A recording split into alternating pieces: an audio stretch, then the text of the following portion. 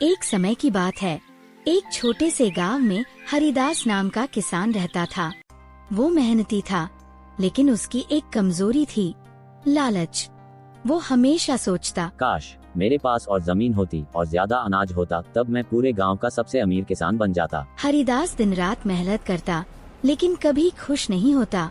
उसकी पत्नी सुधा अक्सर कहती, इतनी जमीन तो है ही कि हम आराम से जी सकें, फिर इतना लालच क्यों? हरिदास हंसकर कहता, अरे सुधा, जितना ज्यादा अनाज होगा उतनी ज्यादा इज्जत होगी। धीरे धीरे हरिदास अपने पड़ोसियों की जमीन खरीदने लगा, लेकिन इससे उसके दिल में संतोष की जगह और ज्यादा लालच बढ़ने लगा। एक दिन खेत में काम करते समय उसे एक अजनबी साधु मिला। साधु मुस्कुराया और बोला, बेटा, अगर तू चाहे तो जितनी जमीन चाहो पा सकता है। हरिदास चौंक गया। सच में बाबा? साधु ने कहा, हाँ, लेकिन एक शर्त है, कल सूर्योदय से पहले चलना शुरू करना। जहाँ तक तू दिन भर चलेगा वही सारी जमीन तेरी होगी, पर ध्यान रखना सूर्यास्त से पहले लौट आना, वरना सारी जमीन खो देगा। हरिदास की आंखों में लालच की चमक आ गई। वो रात भर यही सोचता रहा, कल मैं पूरा गांव अपनी जमीन बना लूंगा। अगले दिन सूर्योदय होते ही हरिदास चल पड़ा।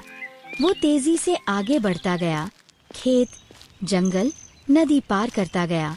हर थोड़ी देर में रुककर कहता, थोड़ा और आगे, बस थोड़ी और जमीन। दोपहर तक वो थक गया, प्यास से बेहाल हो गया, पर फिर भी बोला, नहीं, अब वापस नहीं जाऊंगा। जितनी जमीन मिल सकती है ले लूंगा। अब सूरज ढलने लगा, आसमान में लालिमा छाने लगी। हरिदास घबराया, उसने दौड़ना शुरू कर दिया। उसके पैरों में छाले थे, सांस टूटने लगी थी, पर लालच ने उसे रुकने नहीं दिया। सूर्यास्त बस कुछ ही पल दूर था।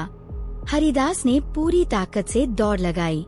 वो अपने शुरुआती बिंदु तक पहुंच गया, और जैसे ही सूर्य की आखिरी किरण धरती से छूटी, वो जमीन पर गिर पड़ा, निर्जीव। सुधा दौड़कर पहुंची, लेकिन अब बहुत देर हो चुकी थी। साधु फिर प्रकट हुए और बोले, जिस जमीन की चाह में वो भागता रहा, अब उसी जमीन में 2 गज जगह उसकी अंतिम विश्राम स्थली बन गई।